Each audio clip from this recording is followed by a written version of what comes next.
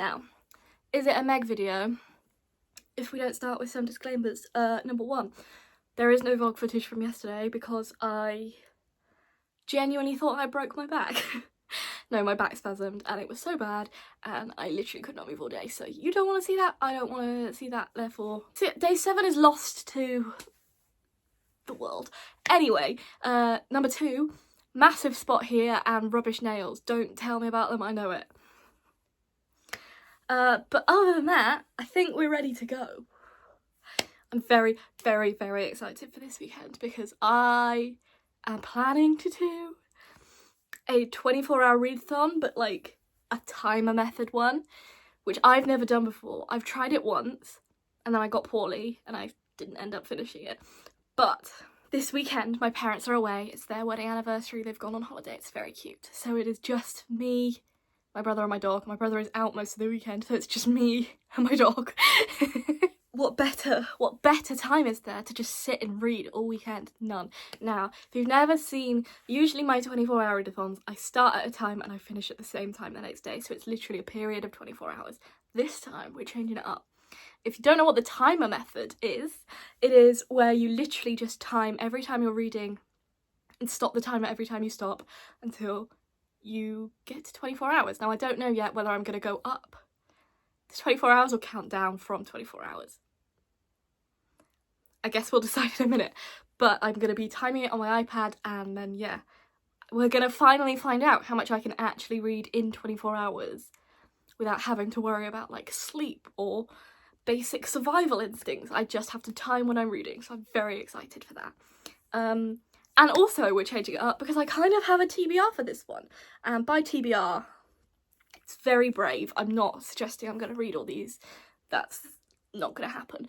I've tried to choose like standalone books so I don't like get really deep, don't feel like I'm getting into a series and then have to like leave it behind. Although one of them I'm not sure if it's a series, but anyway. Yeah, this are kind of eclectic mix, and much like my reading taste, to be honest. I feel like this is a good weather stick of my reading tastes. If you like the book, if you're interested in the books I'm going to read today, you're probably interested in the books I'm going to read all the time because there's just quite a mix. But yeah, like I said, definitely not trying to read all of them, but would like to get through. Although, to be honest, I don't really know, I don't have many expectations of how much I'm actually able to read in 24 hours. So usually in like one of my readathons I can read 4 or 5 books, 6 a push. So I guess we're gonna see. Oh, this is gonna take place over a couple of days, like the whole weekend. So I have 4 days, basically, to get this done in. But I thought you guys would prefer this. I thought this was a really cool video to make rather than just like the daily vlogs, because I wanted to do it. Anyway, so my TBR is here. The first one, like I said, I've tried to pick standalone books, but don't shout at me if they're not. First one is People to Follow, which I hauled in my first bookmas video, excitingly. I got sent this very kindly by Hatchet. It's about influencers, and I think it's like a whodunit murder mystery. It might not be, but that's the vibe I get, given it's 10 influencers, 10 secrets, 1 dead body. And they get sent to like a remote island, I think, and they expect to be filming a reality TV show, but then no one turns up to film it, so they're just stuck there. Excited for this, which is quite quick to get through. Then I picked out 2 sort of dystopian novels that I'm really intrigued to read because I've been like, I think I mentioned I've been reading kind of like post-apocalypse plague fiction, and I want to get more into classic dystopia because like The Hunger Games, love of my life, and I want to just, I like dystopia. I like scaring myself by what could be of the world. So I have Ray Bradbury's Fahrenheit 451. I have genuinely no idea what this is about. I just know it's one of those classic dystopian. And this same with this, which is Brave New World by Huxley. And I am kind of excited to just get into these and have no idea of, there's probably loads of people shouting at the screen going, how do you not know what that's about? Did you not read them for English literature? No, I didn't, but I have them both now and I'm very excited to read them. And then I have one more dystopian novel that I chose because I've been wanting to read it for such a long time. and that is Never Let Me Go by Ishiguro. I know it's set in like a dystopian kind of creepy England, I think. I could be completely wrong again, but they've just been on my list of books I want to read for a really long time, and what better time to read them than a 24-hour readathon. Then I have a nice little palette cleanser for if I start getting like dystopian brain rot, and that is Oranges Are Not the Only Fruit by Jeanette Winterson, which again has been on my list of books I want to read for a very long time, because this is the kind of classic sapphic literature that I love, that I want to read more of, that there's not enough of, so I've been saving a lot of them, including this one. And this is kind of a autobiographical story about a girl called Jeanette who grows up basically loving women, and she grew up in a religious family, and therefore it's about her. You can see where it's going, right? I'm very excited. Again, I don't really want to know any more, but I know I want to read it because gay. Classic gay, and I love a bit of classic gay. Then I chose 2 fantasy books, because you can never go wrong with fantasy books. The first one is the only one I'm not sure if it's actually a standalone novel, but there are no sequels published yet. If they are, I guess we'll find out if I read it, and like by the end it's all wrapped up really nicely. But it's A Study in Drowning by Ava Reid, which again hauled in my first bookmas video, and as far as I know it's like academic rivals to lovers. And then I also chose The Night Circus because The Starless Sea is one of my favourite books, so I'm excited to get more into Erin Morgenstern, and I have a beautiful idea in my head that I'm going to sit by the Christmas tree while it's dark, and it's going to be so atmospheric, and I'm going to read this, and it's going to be one of the most beautiful experiences of my life.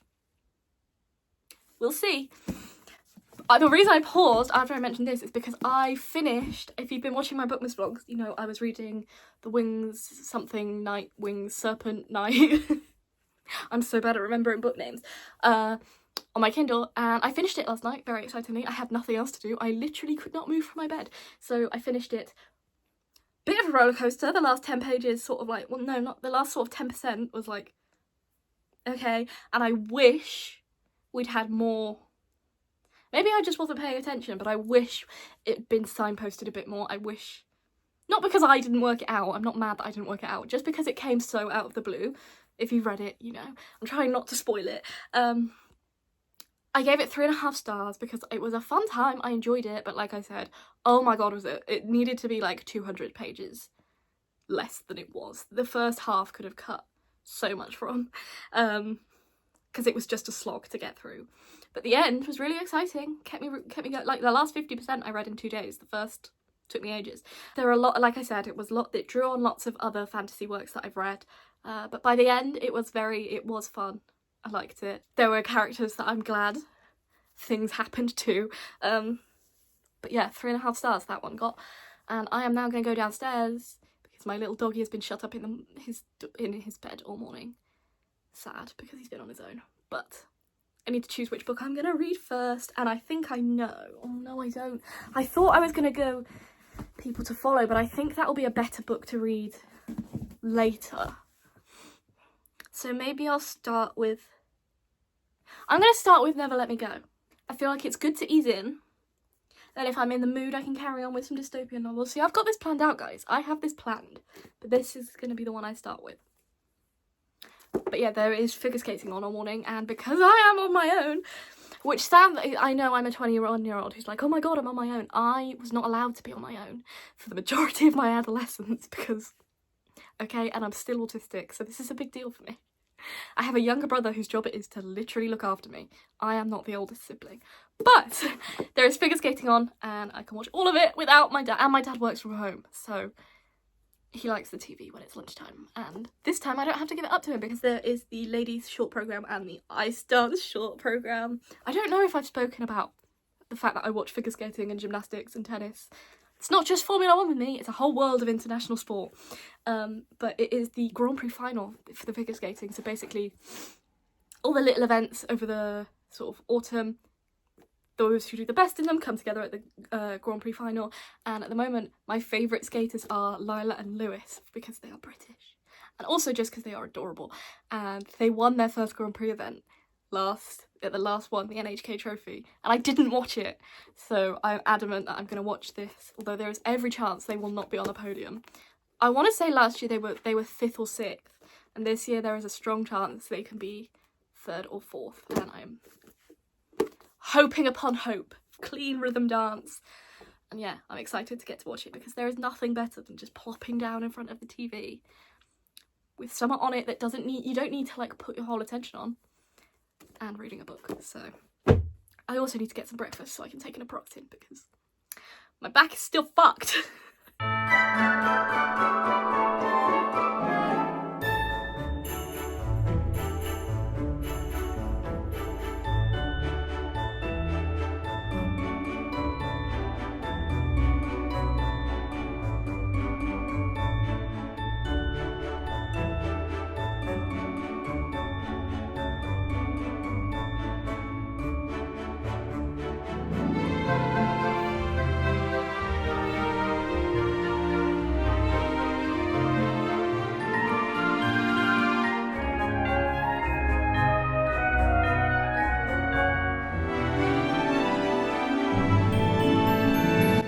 So I have about 15 minutes until the rhythm dance. The women's short is just finished.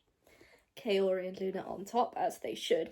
But I am 63 pages in. This is so intriguing. It's very engaging. Like, the prose is so... It's first person narrative, but it's so well stylized. It's almost like, yeah, like you're reading like an internal monologue for this character, because that's what it is. It's not this character of like writing a diary. It really reads like the internal monologue in someone's head, and I'm very much enjoying it. But so far, we are in an alternate 1990s England, and we don't really know.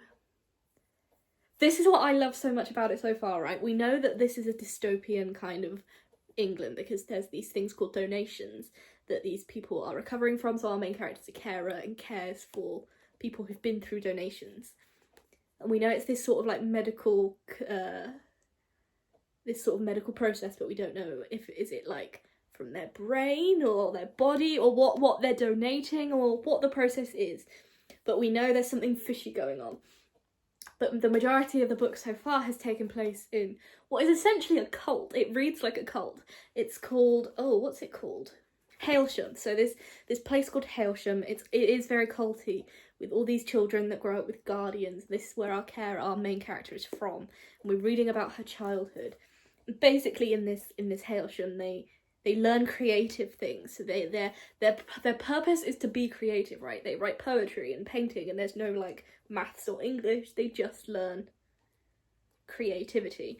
And we're meeting all these characters. So we've met Tommy and Ruth, who I think are going to feature more heavily because she now cares for these characters in the future. But I think it's so clever how actually it's very plausible. The cult sort of Hailsham place is a very plausible place that could happen now. Like, there's nothing to suggest that a cult like that doesn't exist in the normal 1990s England, right?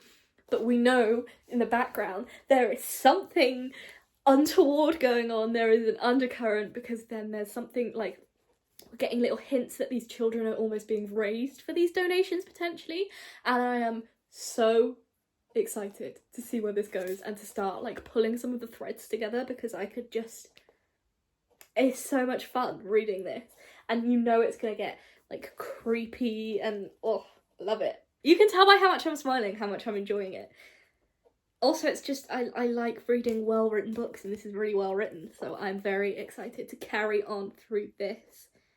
What I find really fun as well is that, like, everyone on the outside world, like back in the current, where she's thinking from, thinks Hailsham is this, like, perfect, idyllic childhood, and I think she does as well, but, like, I'm reading it really uncomfortable, probably because I'm looking at it from the perspective of, like, a normal world, right? But like in this world, this is like the most idyllic, perfect childhood that they could have had. There's Madame who comes and like takes some of their creative work and puts it in this gallery there's just all sorts of like really creepy cult-like elements to it that I find like genuinely quite disturbing and unnerving.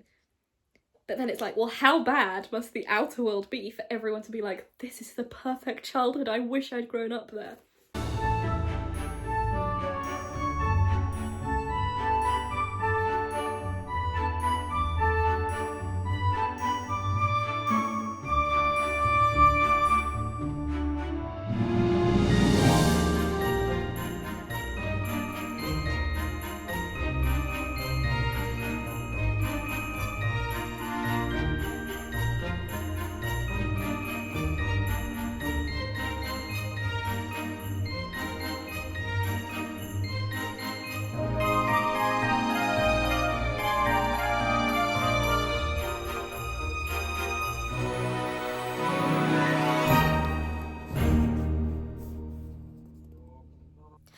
finished Never Let Me Go.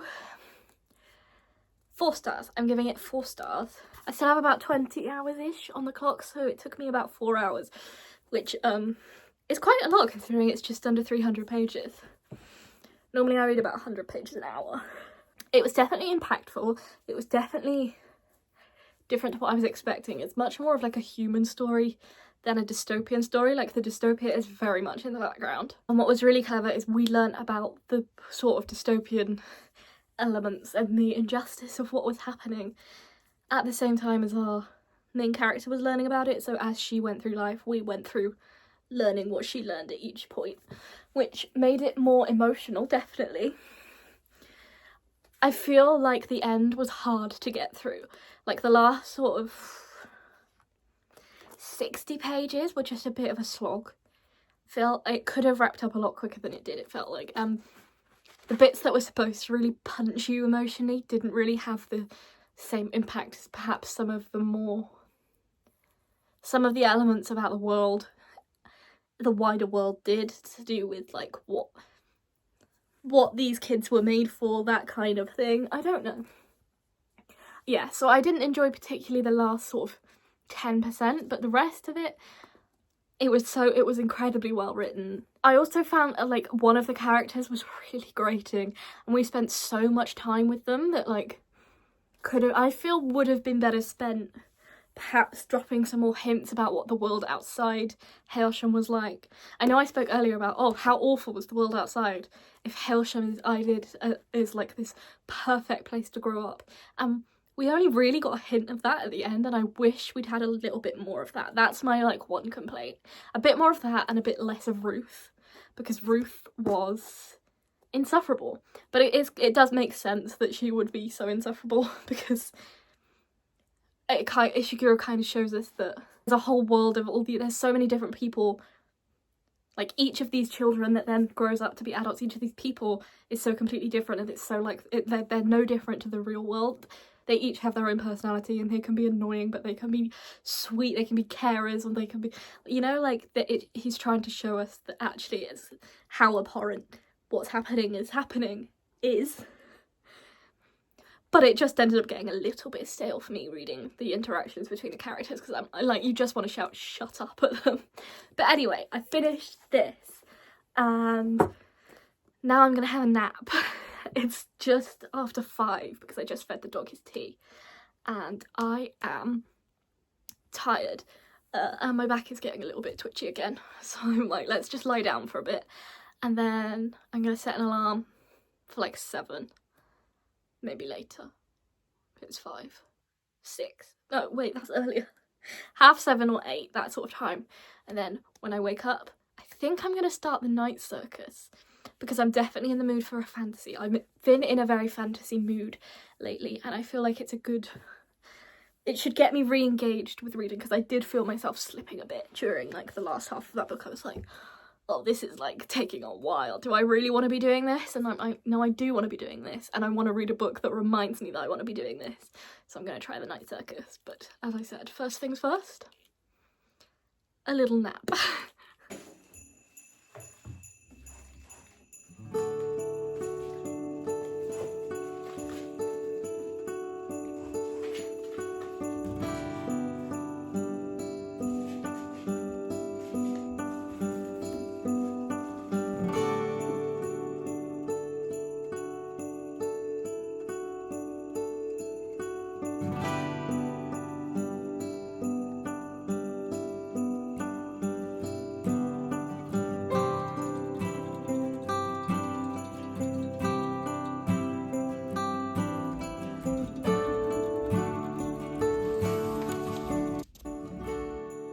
I'm back in bed, of course.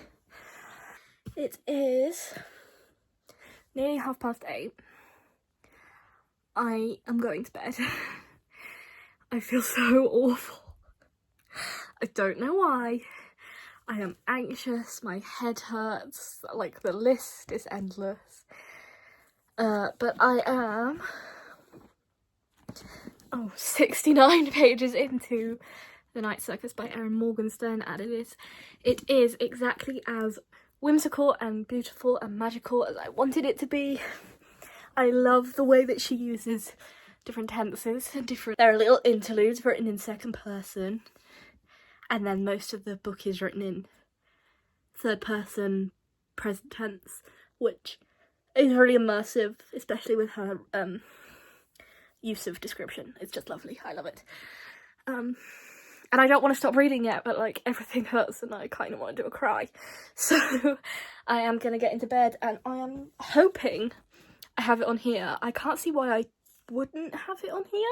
As I said, it's just about 8:30, and the highlights of the Autosport Awards are on Sky F1 at 9, and I don't know whether to watch it or not because Susie was there and I know she had a little thing for F1 Academy, but I am so overwhelmed already. I don't know if watching her is going to make it worse. The whole thing with the FIA has been sort of resolved, but also now they're probably going to sue them because it's a whole fun thing. I was watching H Bomber Guy's video on plagiarism on YouTube before I went downstairs and read for a bit, so I might carry on with that instead, and then there'll be clips of Susie when I'm ready to watch her. I don't know if it's just a me thing, but sometimes I feel I'm like so obsessed and so in love that like it physically hurts me to look at them, and that's how I feel about Susie at the moment because of everything that's going on. Anyway.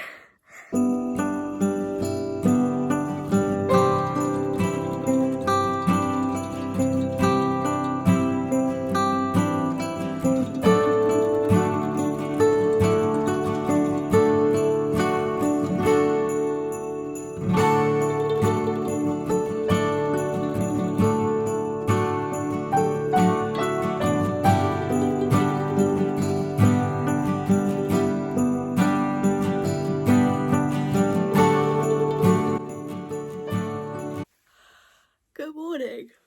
Today is Saturday,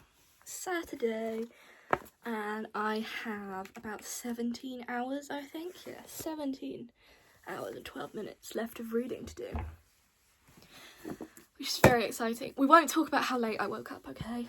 My sleep has been interrupted at best in the last couple of days, so we won't talk about that. I did read a little bit on my Kindle before I fell asleep, and then this morning I had a bath and I read a little bit in that as well, and oh my god, I'm so obsessed with this book. I knew I'd love it because I loved Erin Morgenstern's writing in The Starless Sea.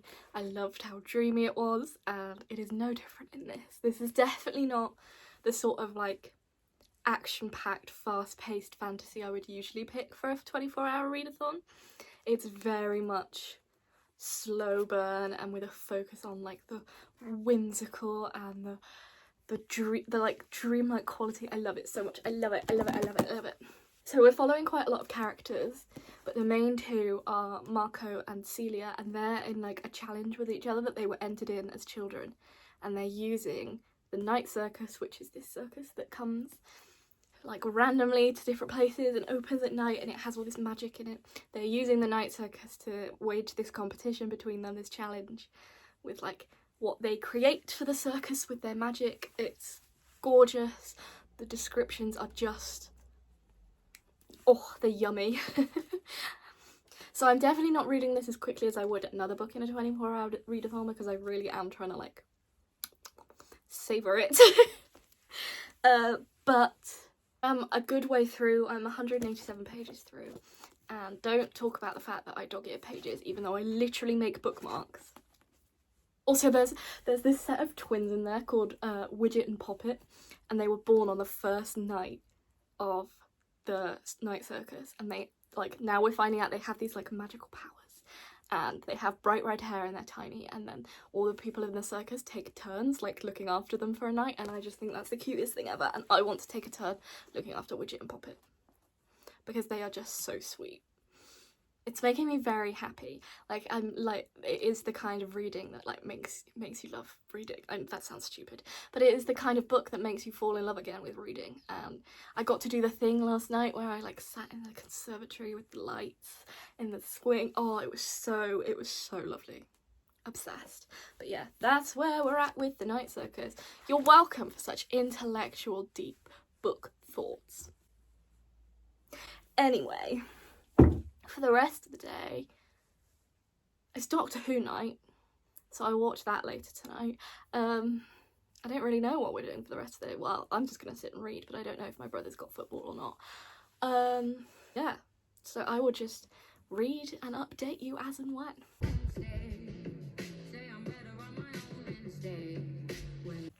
It is 1:30 and I am halfway through The Night Circus.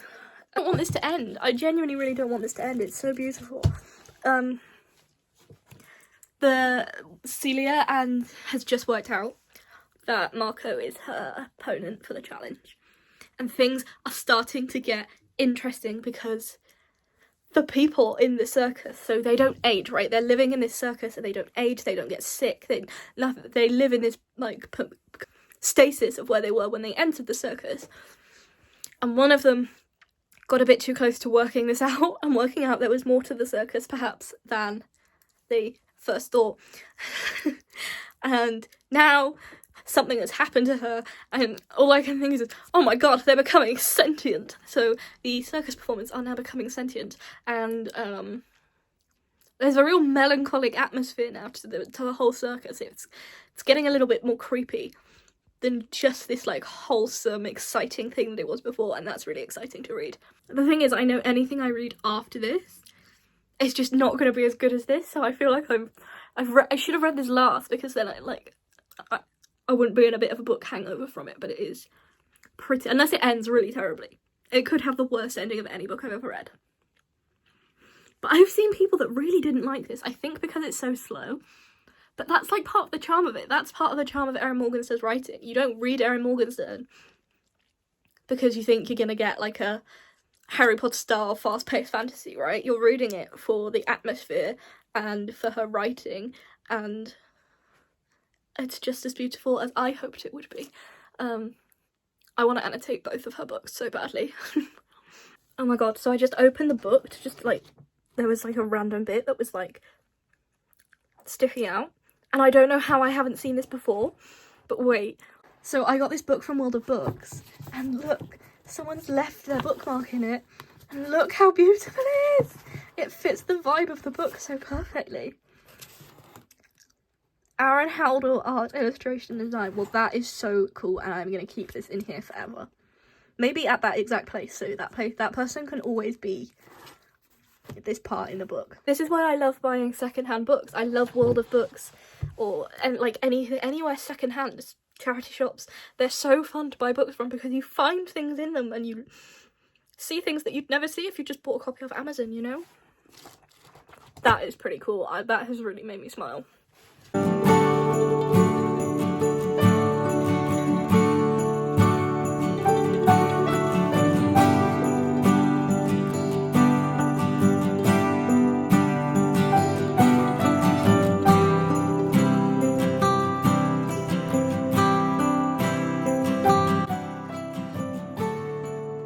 And I have this much left to read of The Night Circus and about 15 hours on my clock because I fell asleep. And I had a solid 3-hour nap. So my plan is to read into the night because I'm not going to be tired. Because I've slept for 3 hours. That's a lie, I'm still going to be tired, but my plan is still to read for as long as I can. So I'm going to finish The Night Circus for people to follow down. And I will go upstairs to bed when I have finished that. That is my plan.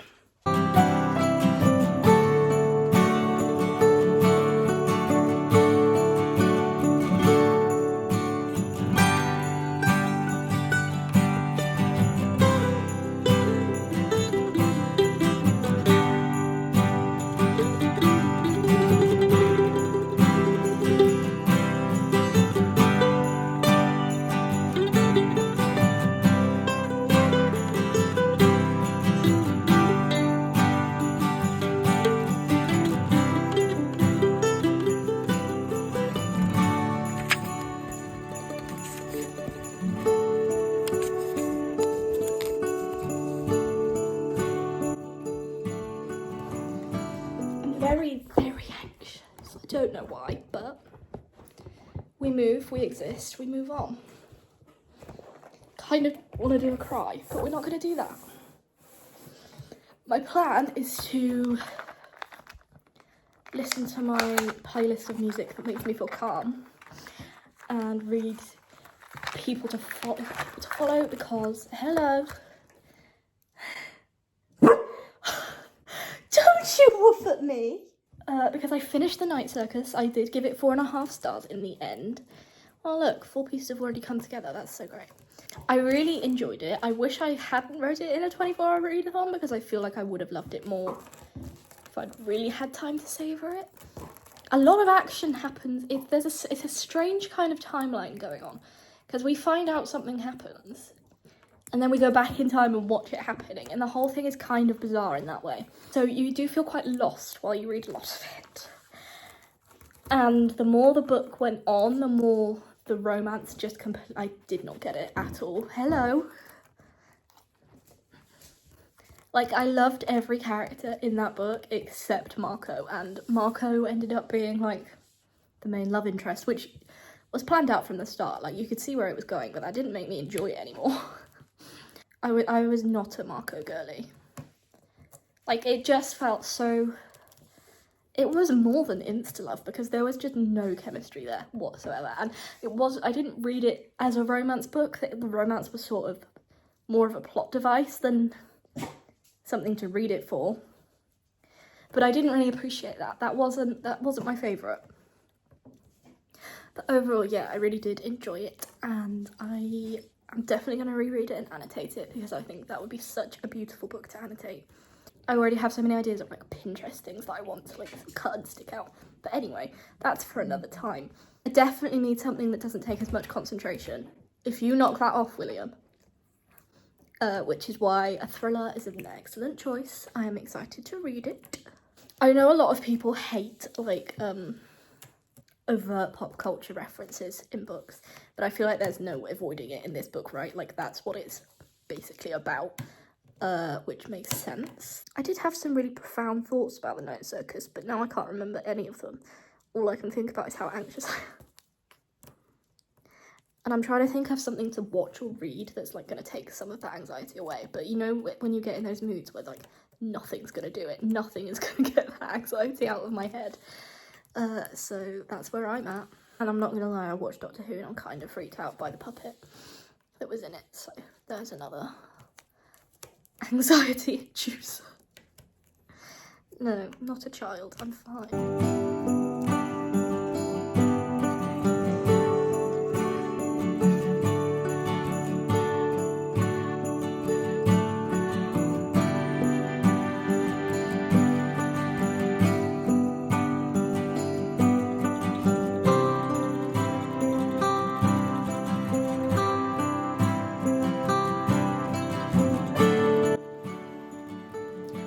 What I left off on last night, but it was a long night, I can tell you that.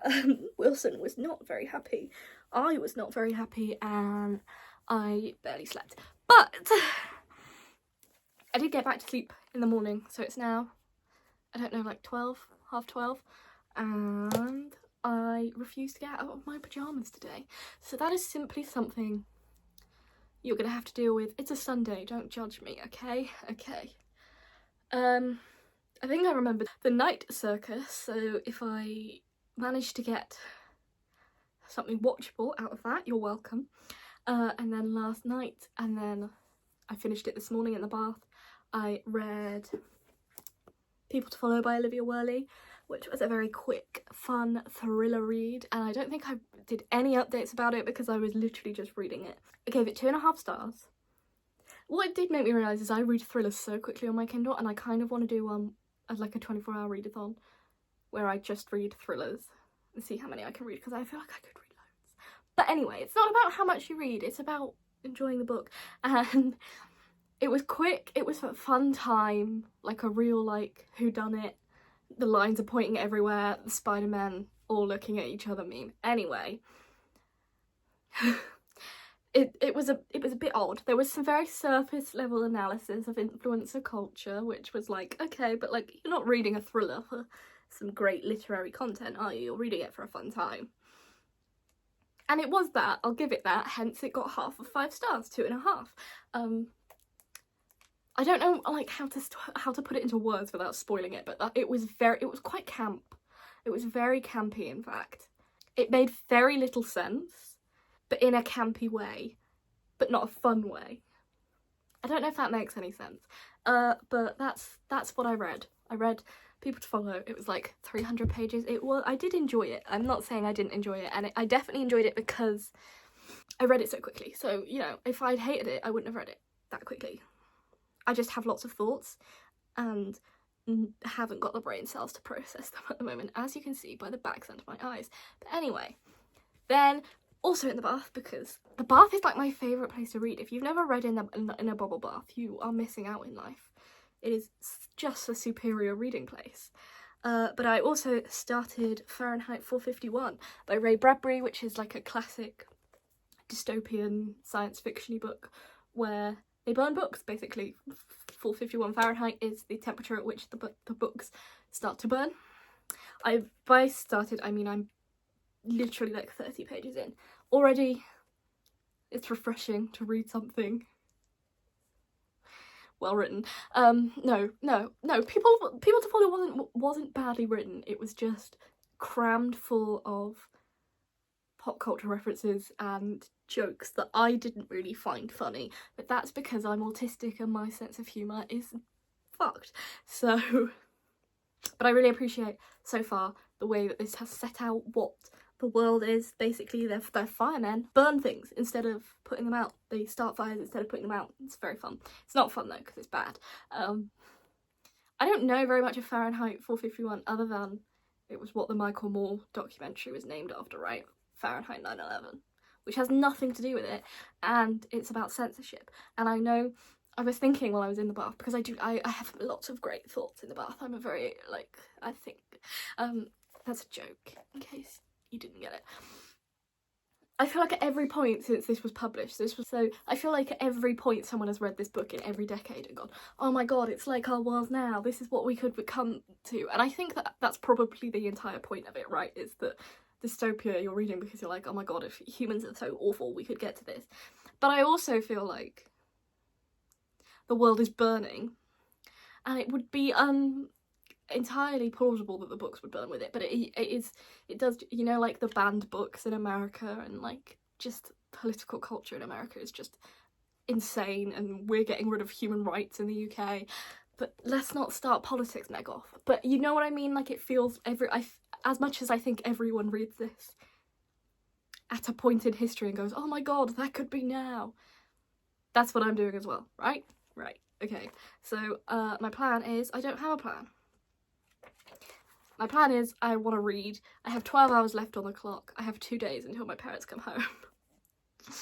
And I'm gonna head downstairs.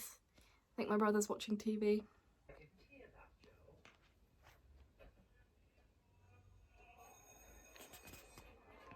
So I'm 73 pages in, and I wanted to just come on it and talk a little bit about it because it's making me think things. So there's lots of discussion about what books mean and the stories in them and the time it takes to write them.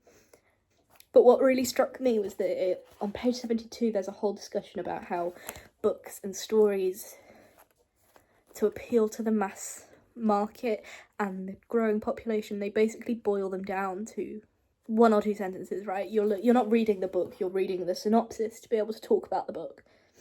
And there's this bit where he says, do you see out of the nursery into the college and back to the nursery? That's your intellectual pattern for the past 5 centuries or more. That it really struck me, mainly because I feel like so many people assume I don't read. Like, I know there's a big talk about like booktube and BookTok and overconsumption and whatever. And absolutely, it's a discussion to be had, but I feel like people look at me and they're like, well, obviously she doesn't read what, like, she said, and the idea that it's a competition or that, like, that's what gets views. Obviously, I do it and I put it on the internet, but I do it because I found community of people that like watching me do that and that I can talk about the books with. But I read every book I just read fast, if that makes sense. Like, I'm autistic. It is a literal part of my brain that I've never been able to work out why I can just read fast. But the idea that people think that of me, that people think that, like, I read just to say that I did read the book and that I don't take anything from it, that upsets me. It's completely in my own head, I get that, but like, that just made me think about that. And it's definitely why I want to read a lot more classics in the new year, because I want to start, like, to really annotate and take my time around stuff, because there's two ways I enjoy reading books. I will always have a book on the go, but like, to really enjoy my time reading, I will either spend a lot of time reading quickly, like I'm doing today, or I will annotate something, you know, and really think really critically about it. And it's very thought-provoking being in a world where there's no books. So that's my little addendum for today. You're welcome. Anyway, so this is we're going through why. I haven't finished reading the explanation of why we don't have books anymore, but I wanted to come on and say that before I kept reading, because it struck something in my mind. Like, I remember seeing the thing that really struck me was when someone uploaded a video that was like, how to sound clever when you're talking about books, and that just really struck me, because what's the point of reading a book if you're not taking your own interpretation from it?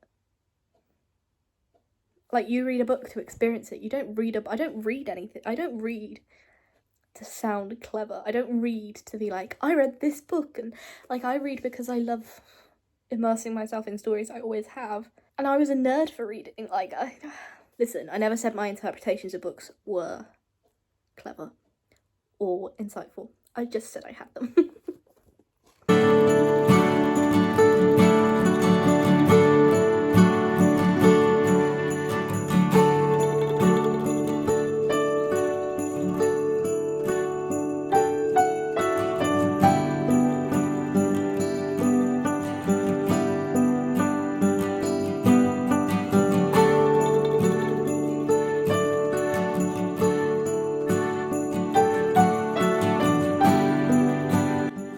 It is just past 3 o'clock and I have finished Fahrenheit 451. Well, I finished it about half an hour ago, but like I said, I've been having a little lie down because I'm a delicate lady.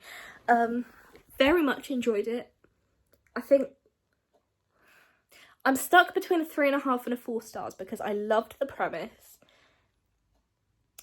The writing was super, like, action-packed, and there was lots of things I found really interesting and really thought-provoking about it. There was also a lot of just straight up, like, Captain Beatty is basically a vessel for sort of elitist political philosophy from Bradbury, but it was interesting to read. Like, I'm not saying I didn't enjoy it. There were certainly some bits that I was uncomfortable with.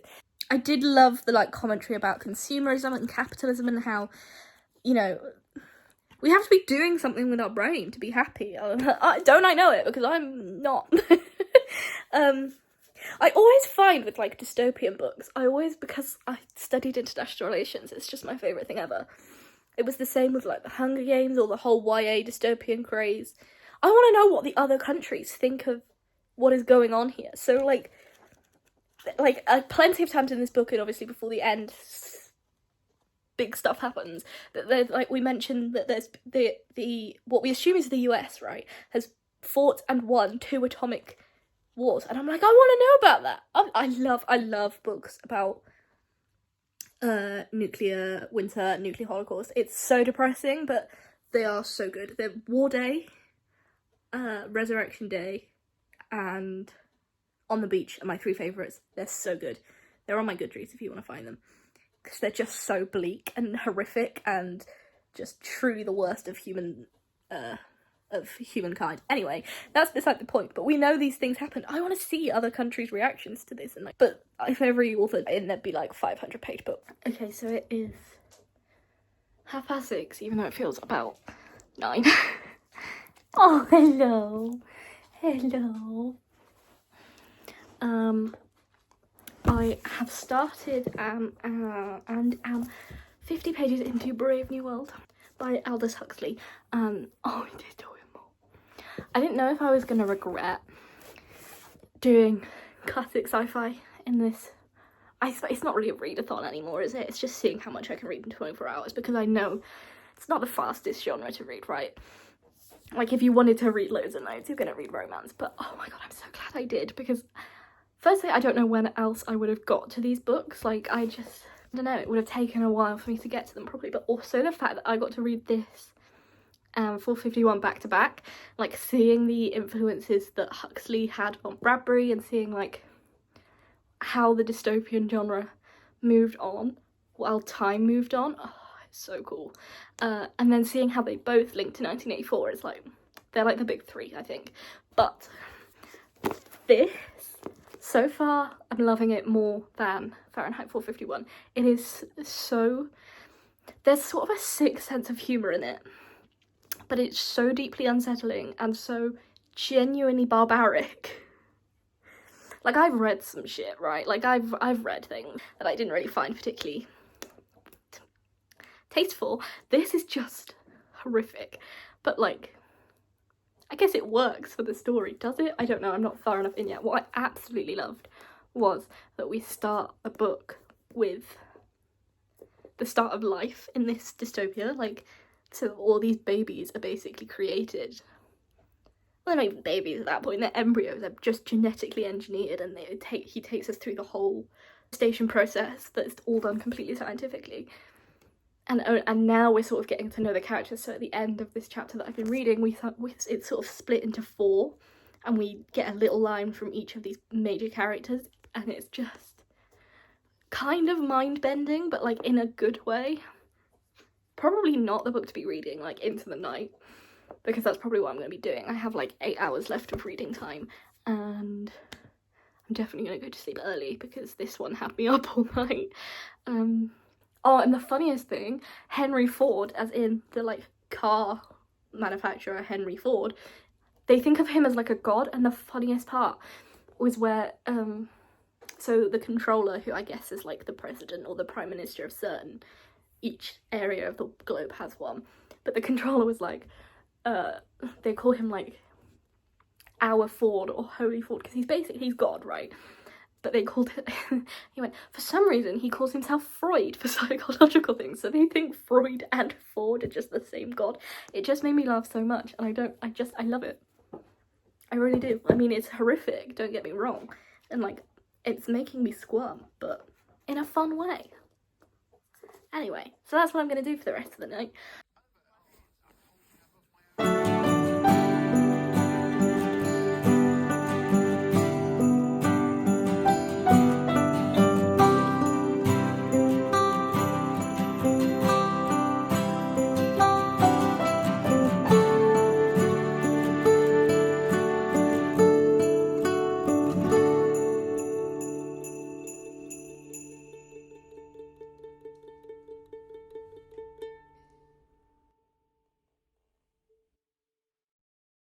Right, well, it's not even good morning because I was up with the dog all night again, and by the time I went to sleep and came back, woke up again, it's now 12:30, but we won't talk about that. Now, I have,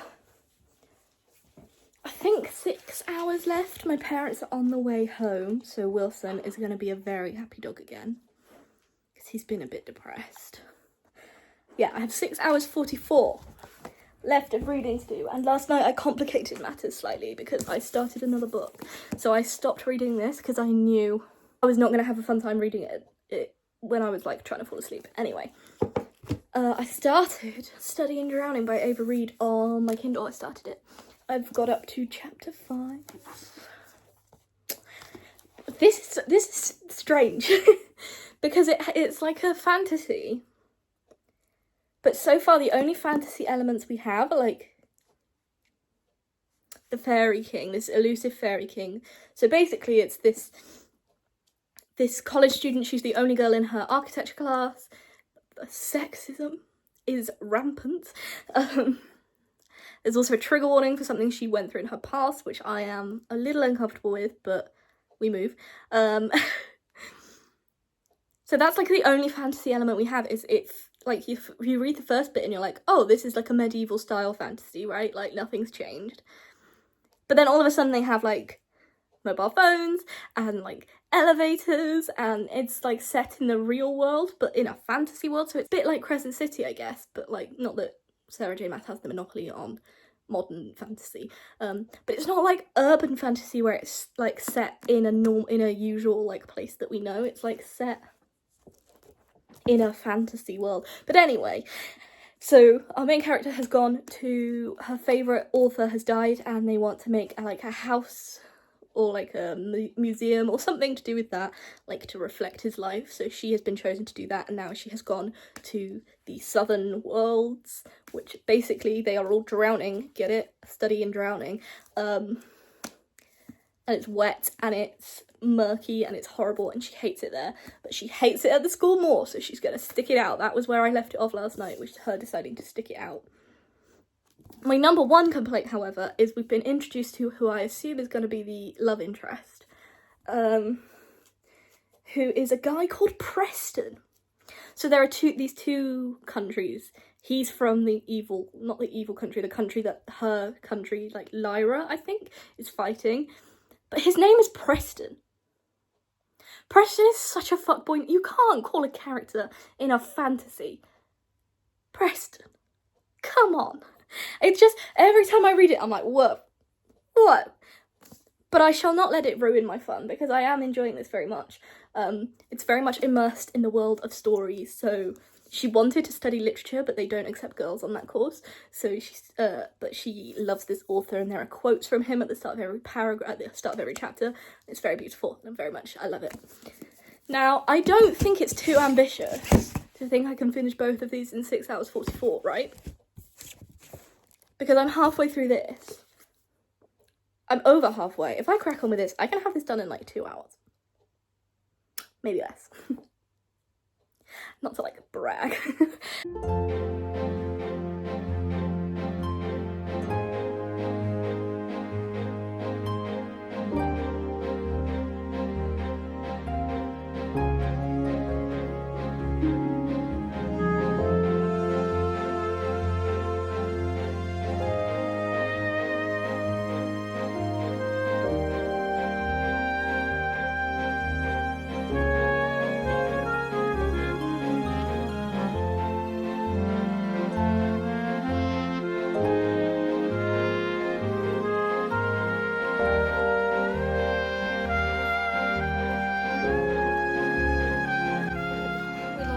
So I finished Brave New World by Huxley. Easy 4 stars. I really enjoyed it. I found it really funny and really disturbing all at the same time. Yeah, I really enjoyed it. The entire YA dystopian genre would have just been so much better if every author had read that book. I think that and The Night Circus at the moment are tied of my favourite books I've read so far. But I have 4.5 hours left to read, which if I start now will take me to about 25 to 2, and I have A Study in Drowning here. I don't know how much I've read. Near 35%, I think. Should we see what my Kindle says it'll take me to read? So my Kindle says it's going to take me 3 hours and 41 minutes. I love that. And I like to beat the Kindle time, right? Like, I try my hardest to, like, prove him wrong. So if that is the case, then I'm gonna have like an hour left of reading, which I can either just start another book, or the one book I haven't read that I chose like at the beginning of this was Orange is Not the Only Fruit. So I have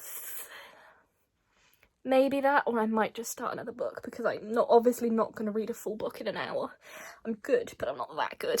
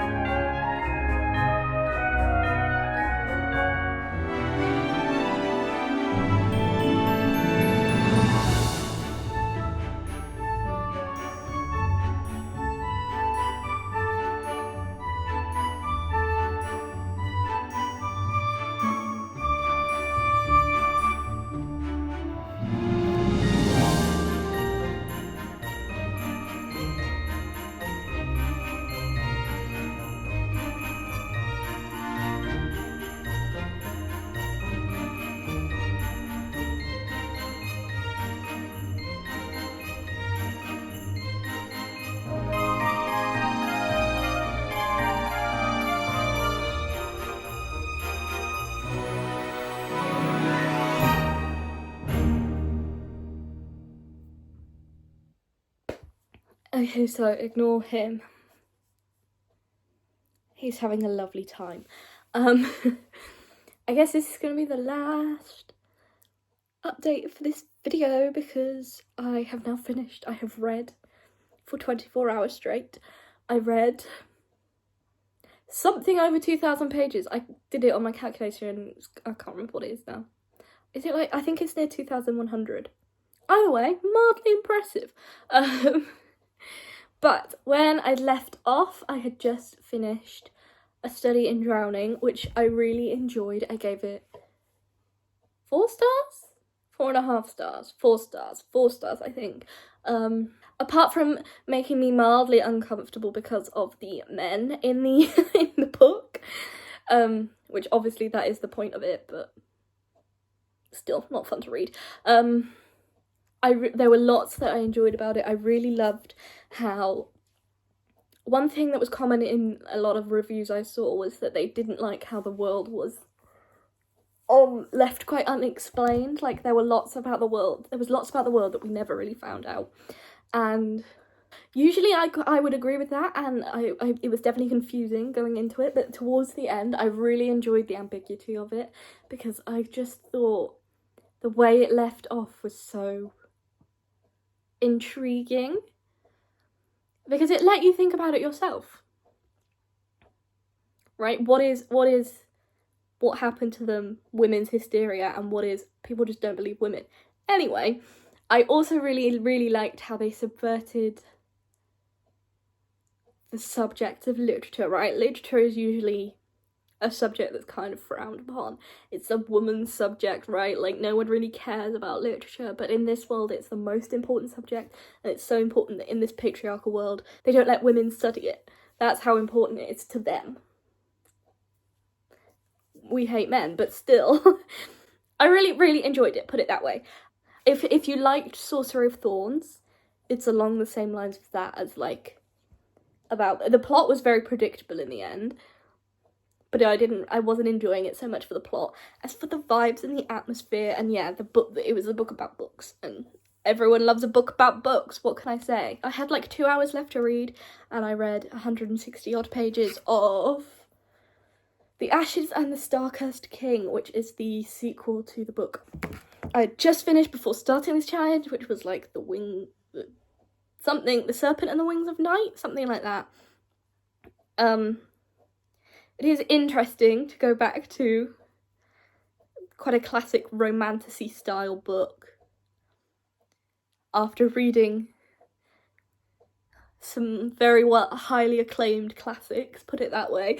It really is quite the juxtaposition of writing styles, but as I'm like 160 pages in, I mean, in the prologue we're immediately just like thrown backwards, and everything we knew about the end of the last book was like turned upside down, but we move. Yeah, I can tell it's probably going to take me a while to get through this one, but it is very ACTA style. We're going hate to love again. So we've had hate to love in the first book, and now she hates him again, and by the end of it we assume she's gonna love him again, with a lot of twists and turns on the way. But yeah, that is the 24-hour readathon, 2,000 pages. We slayed. I don't think I'm gonna film anything else today just because I am absolutely knackered and I have therapy and all sorts of fun things I have to do. But yeah, I genuinely think this is one of the worst videos I've ever made, and I would like to apologise for that. If you have been tricked by me into watching this whole video, how did you stomach it? But also, there's more where that came from. I'm literally just gonna go on a big beast mode crocheting binge because I have so many orders. I have the most orders I've ever had, which is very exciting, but also I better get crocheting and stop reading so much. But yeah, I will see you in the next video, and au revoir.